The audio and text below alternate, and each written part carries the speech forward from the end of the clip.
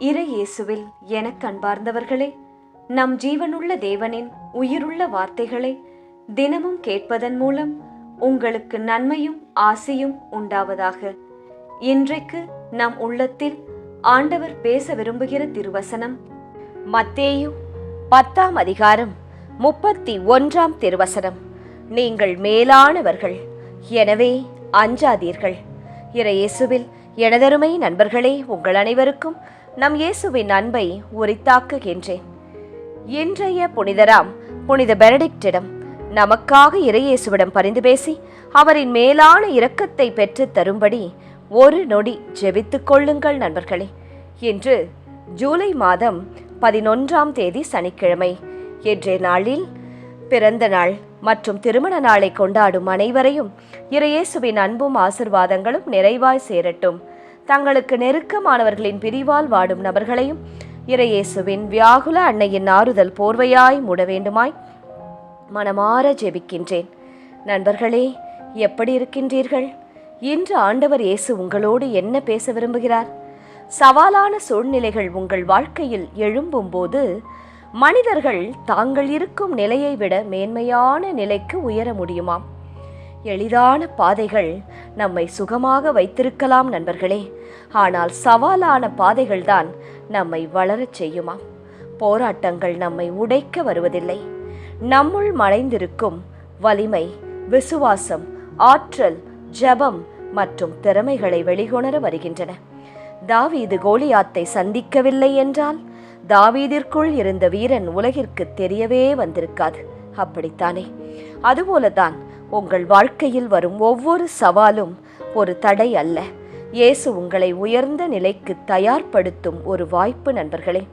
2 கொரிந்தியர் 12ஆம் அதிகாரம் 9ஆம் வசனம் சொல்லுகிறது, என் பலன் பலவீனத்தில் பூரணமாய் விளங்கும் என்று. இன்று உங்கள் சவால்களை பார்த்து பயப்படாதீர்கள். அவற்றின் வழியாக இயேசு உங்களை உயர்த்தி கொண்டிருக்கிறார் என்பதை நம்புங்கள். சரி நண்பர்களே, இன்றைய முதல் வாசகம் என்ன சொல்லுகிறது? இதோ நான் இருக்கிறேன், அடியேனை அனுப்பும் என்று எசாயா ஆண்டவரிடம் பேசுகிறார்.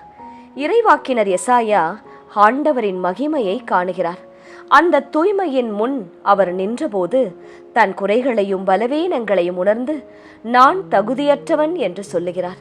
ஆனால் ஆண்டவர் அவரை தள்ளிவிடவில்லை. அவரது பாவத்தை மன்னித்து புதிய ஒரு பணிக்காக எசாயாவை அழைக்கிறார். அதற்கு எசாயா தயக்கமின்றி இதோ நான் இருக்கிறேன், அடியேனை அனுப்பும் என்று பதிலளிக்கிறார். இந்த இடத்தில்தான் நாம் சிந்திக்க வேண்டும். நாமும் பல நேரங்களில் என்னால் முடியாது, நான் தகுதியற்றவன், நான் நிறைய தவறுகள் செய்திருக்கிறேன் என்று நினைத்து இயேசுவின் அழைப்பிலிருந்து விலகுகிறோம்.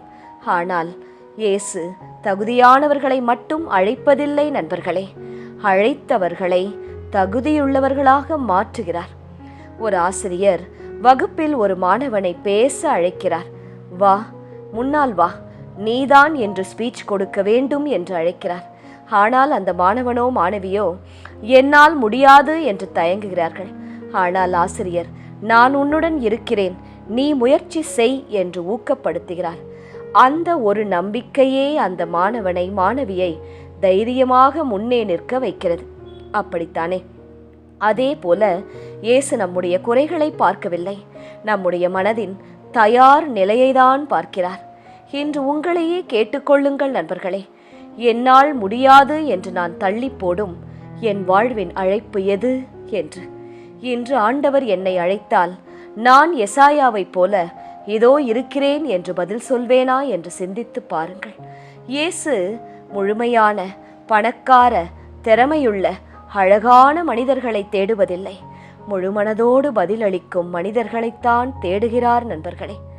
ஒரு ஆம் என்று நாம் சொல்லும் வார்த்தை நம் வாழ்க்கையையே மாற்றும், ஆசிர்வாதத்தின் கருவியாக மாறும் நண்பர்களே. இன்று நாம் தைரியமாக ஆண்டவருக்கு பதில் சொல்ல வேண்டும். ஆண்டவரே, நீர் எனக்கு என்ன சித்தம் வைத்திருக்கிறீரோ அதை நான் தைரியமாக ஏற்று செய்வேன். என் பலவீனங்களை எல்லாம், என்னுடைய இயலாமைகளை எல்லாம் உமது கரங்களில் ஒப்படைக்கிறேன். நீர் அவற்றையெல்லாம் வல்லமையாக மாற்றி தாரும் என்று ஜெபியுங்கள். சரி நண்பர்களே, இன்றைய நற்செய்தியின் சிந்தனை என்ன? அஞ்சாதீர்கள், நீங்கள் இறைவனுக்கு மிகவும் விலையேற பெற்றவர்கள் என்று மத்தேயு கூறுகிறார். இன்றைய நற்செய்தியில் இயேசு தம் சீடர்களிடம் ஒரு ஆறுதலான உண்மையை சொல்லுகிறார். அஞ்சாதீர்கள் என்று சொல்லுகிறார். இயேசுவையே மக்கள் தவறாக பேசி நிராகரித்தார்கள் அன்று. அப்படி இருக்க அவரை பின்பற்றும் நமக்கும் எதிர்ப்புகள், தவறான விமர்சனங்கள், புரிந்து கொள்ளாத மனிதர்கள், நம்மை விட்டு பிரிந்து செல்லும் உறவுகள் இருக்கலாம். ஆனால் அதற்காக மனம் தளர வேண்டாம் நண்பர்களே. ஆண்டவர் உங்களோடு இருக்கிறார். உங்கள் தலை முடி கூட எண்ணப்பட்டிருக்கிறதாம். நம் வாழ்க்கையின் மிகச்சிறிய விஷயங்களை கூட இயேசு அன்போடு கவனிக்கிறார் என்பதை இந்த வார்த்தை நினைவூட்டுகிறது. நாம் கூட தலைவாரினால் எவ்வளவு முடி உதிர்கிறது என்று கணக்கெடுக்க மாட்டோம். அப்படியே எடுத்து குப்பையில் போடுவோம். ஆனால் வசனம் சொல்லுகிறது, உன் தலைமுடியெல்லாம் எண்ணப்பட்டிருக்கின்றது என்று. அப்போது இயேசு நம்மை எவ்வளவு அன்பு செய்கிறார் என்று பாருங்களேன்.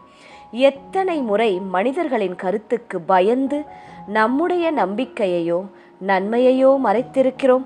யோசித்து பாருங்கள். மக்களின் பாராட்டை பெற நாம் வாழ்கிறோமா அல்லது இயேசுவின் விருப்பப்படி வாழ்கிறோமா என்று சிந்திக்க வேண்டும். இன்று ஒரு சிறு கேள்வியையும் நாம் கேட்டுக்கொள்ள வேண்டும்.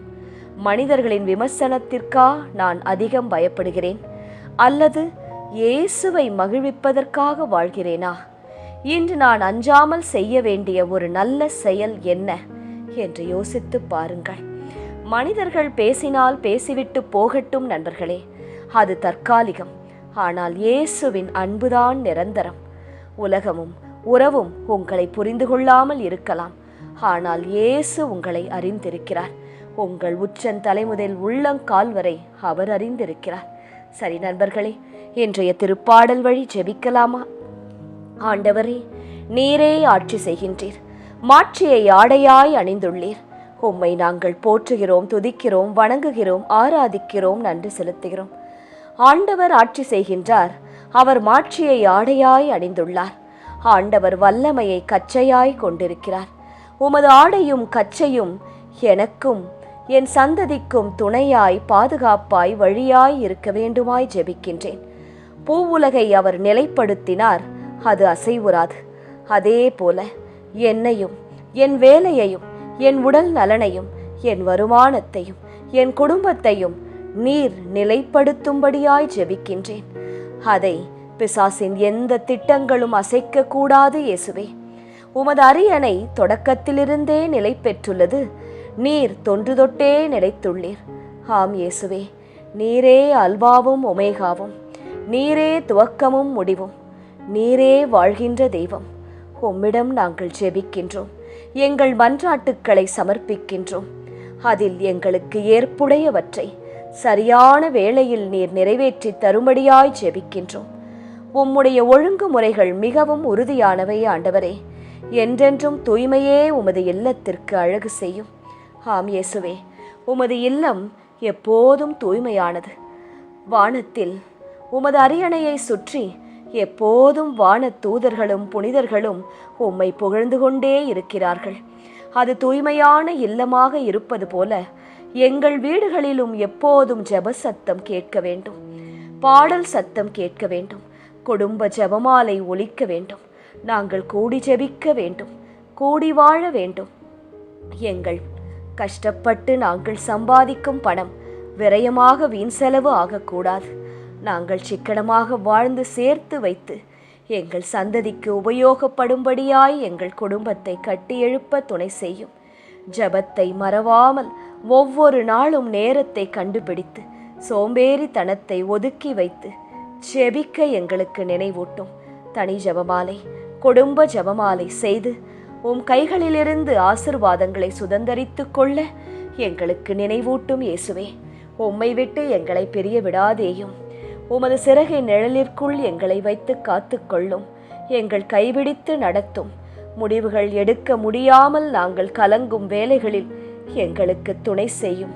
அஞ்சாதீர்கள் என்று சொன்ன ஆண்டவரே, எங்கள் மனதில் உள்ள அச்சங்களை எடுத்து போடும். உம் தலைமுடி கூட எண்ணப்பட்டிருக்கிறது என்று சொன்ன நல்ல இயேசுவே, எங்கள் உச்சன் தலைமுதல் உள்ளங்கால் வரை ஒலிவ எண்ணெயால் நீரே அபிஷேகம் செய்து நோய் நொடியிலிருந்து காத்து நல்வாழ்வு தந்து நடத்தும்படியாய் ஜெபிக்கின்றோம்.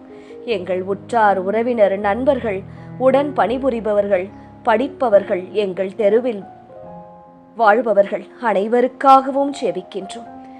எல்லோரையும் நீரே காத்து வழிநடத்தும்படியாய் மன்றாடுகிறோம் இயேசுவே, ஆமேன். இயேசு கிறிஸ்துவின் பெரிதான நாமத்தின் நிமித்தம் ஜெபிக்கிறோம், ஆமேன். ஒவ்வொரு நாளும் உங்கள் உள்ளத்தில் ஆண்டவர் பேச விரும்புகிற இறை வார்த்தையை தெரிந்து கொள்ள ரோசரி பிரேயர்ஸ் சேனலை சப்ஸ்கிரைப் செய்யுங்கள். மேலும் உங்கள் நண்பர்கள் மற்றும் உறவினர்களுடன் ஷேர் செய்யுங்கள். நன்றி.